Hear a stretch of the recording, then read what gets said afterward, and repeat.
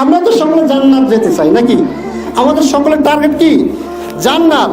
জান্নাত যাবেন তিনটা গুণ যদি আপনার আমার ভিতর যদি থাকে, তিনটা বিষয় যদি আপনার আমার ভিতর যদি থাকেন, আল্লাহ রাসূল বলেছেন জান্নাতে যাবেন। রাসূলুল্লাহ সাল্লাল্লাহু আলাইহি ওয়াসাল্লাম তিনি বলতেছেন, মান ফারাকা রূহুল জাসাদান ওয়া হুয়া বারিউন মিন সালাসিন দাখালাল জান্নাত।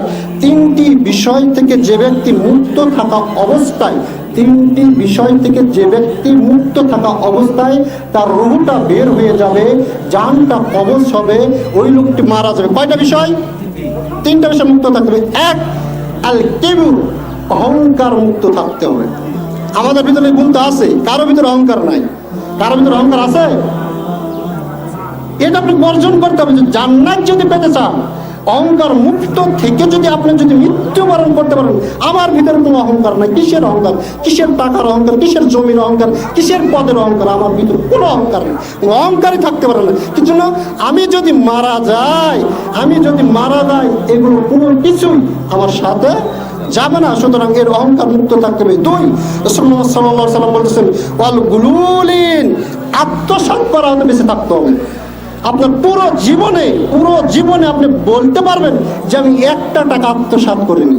একটা টাকা আত্মসাৎ করেননি। ওই যে বাপের কাছ থেকে যে আপনি 50 টাকা বাজার করার নাম করে নিয়ে গিয়েছিলেন, নিয়ে গিয়ে 40 টাকার বাজার করে আপনি বলতেছেন 50 টাকার বাজার করছে, ওটাও আত্মসাৎ। ওটাও কি? ওটাও আত্মসাৎ।